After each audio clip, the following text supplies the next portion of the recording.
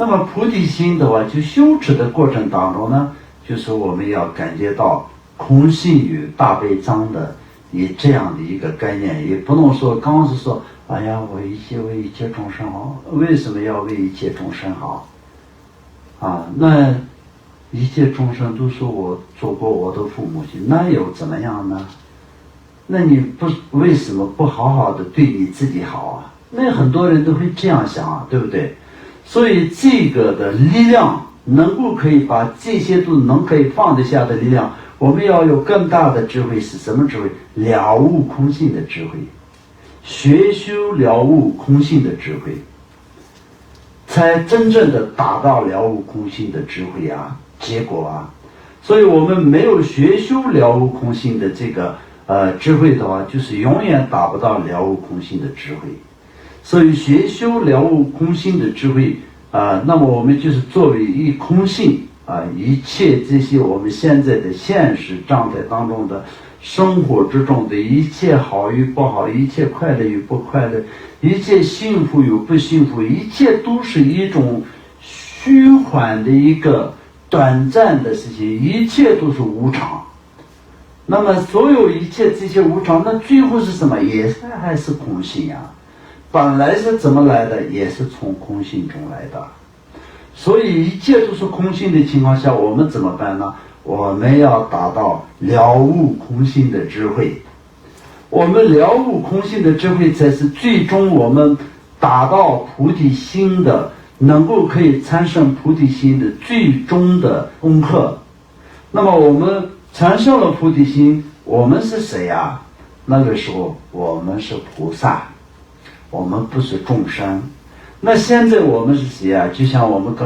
相当就是比较于普通的铁一样，我们并不是环境。但是我们现在普通的铁用什么方式来把它变亮？就是用镀金用镀金的方式什么？我们行菩提心，愿菩提心，行菩提心，这个过程我们利用这个人生才是可以利用这个1000两的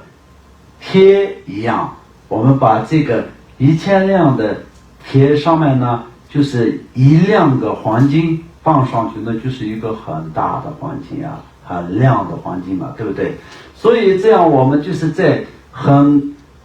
不亲近的这个人生，利用这个来可以修持佛法。修持佛法的话，还是一样的会达到这个原有的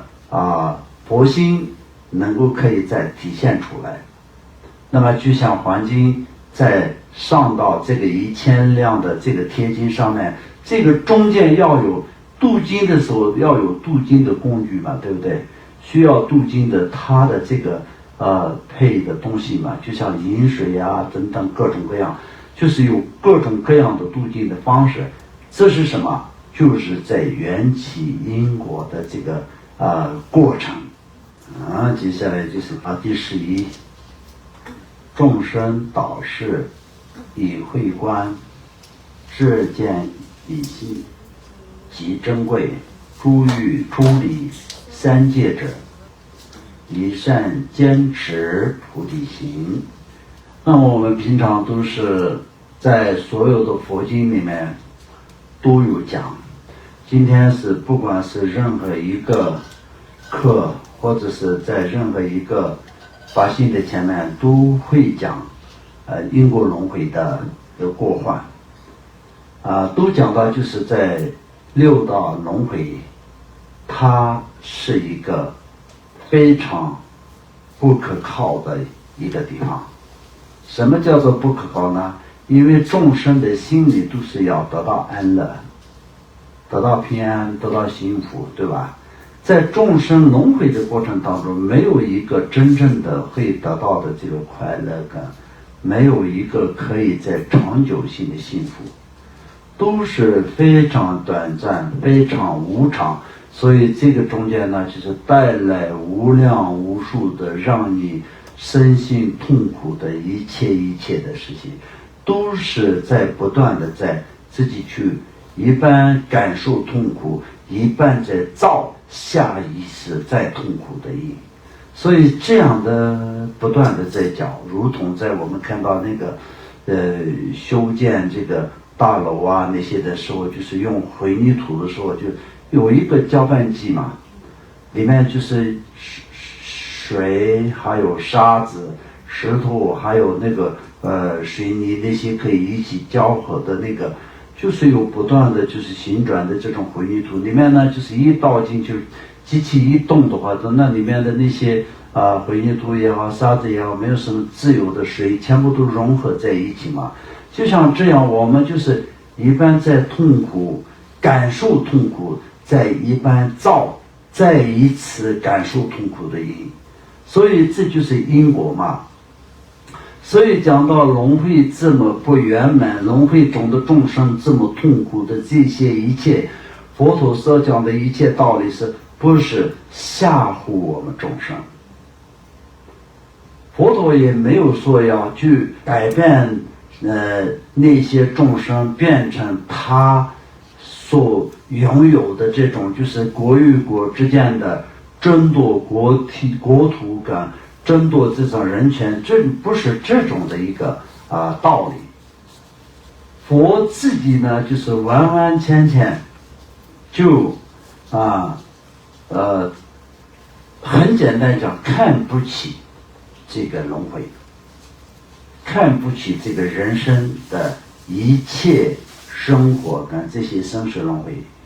也可以说是看透了这些生死轮回的道理，也可以说是非常不喜欢世间轮回的一切的这种利益，所以呢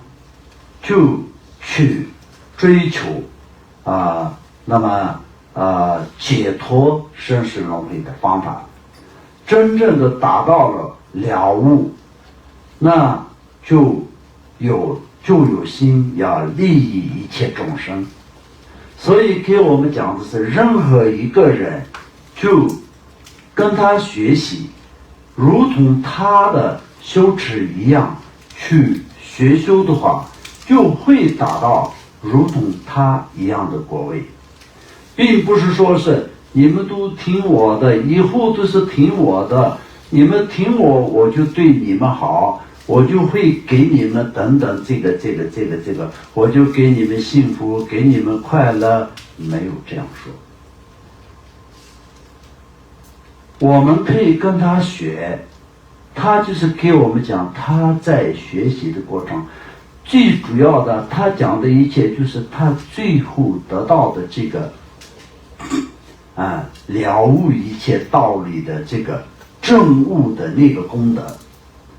那么他讲到证悟的证悟这两个字的功德，也可以说是成佛这两个字的功德，那么有多少的佛经里面讲的都是这个功德方面来说的。那在无量无数的佛经里面跟这些佛法里面讲的都是怎么样子才真正的达到成佛。